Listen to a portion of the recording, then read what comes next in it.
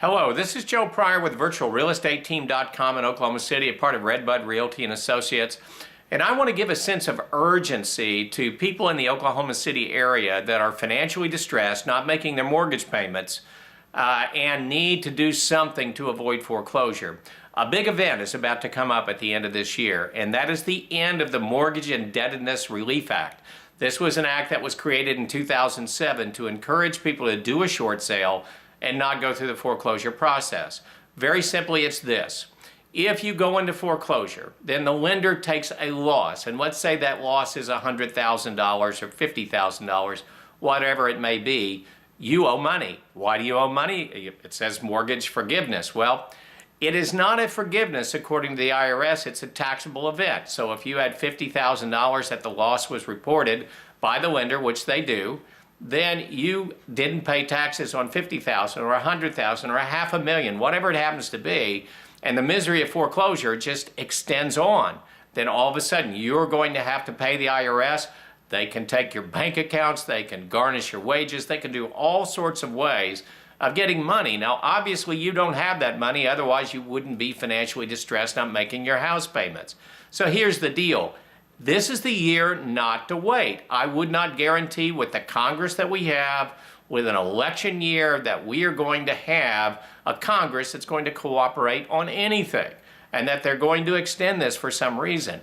And the reason why you need to start right now, if you're 2 months or 3 months behind and you know it's just going to get worse, don't try to play the game and say, well, I'm going to wait till September or October. Because first of all, short sales take some time. So let's say that we start your short sale at the end of August, we get a contract at the end of September. Well, then it's 60 days probably before, at best, before we can get the thing closed, especially if you have a second mortgage, third-party liens. Maybe it's 90 days, and all of a sudden we're into December. Then what happens if the buyer all of a sudden says, hey, I found a different house, and they have the right to get out of the contract at any time? All of a sudden you're dead in the water. It means that even if you still want to do a short sale, it's going to be in the next year when that Mortgage Indebtedness Relief Act is not there anymore. So if you do a short sale, you successfully get it closed in 2012, you do not owe any money to the IRS on a primary residence on your first mortgage. Now, if you're an investor, if this is a second home, for instance, that doesn't qualify anyway. This is for primary residence of a home that is going to be going into foreclosure. Do the short sale, avoid the IRS because they always get their man or woman when it comes to taxes. So do not hesitate at this point, because if we lose a buyer, we're talking about 4 or 5 months, 6 months, and that is just going to be really dangerous to you if you wait until the last moment.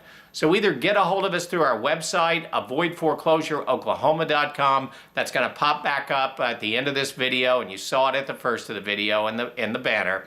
Or get a hold of me at joe@joepryor.com so we can work out a solution for you to avoid foreclosure in the Oklahoma City area.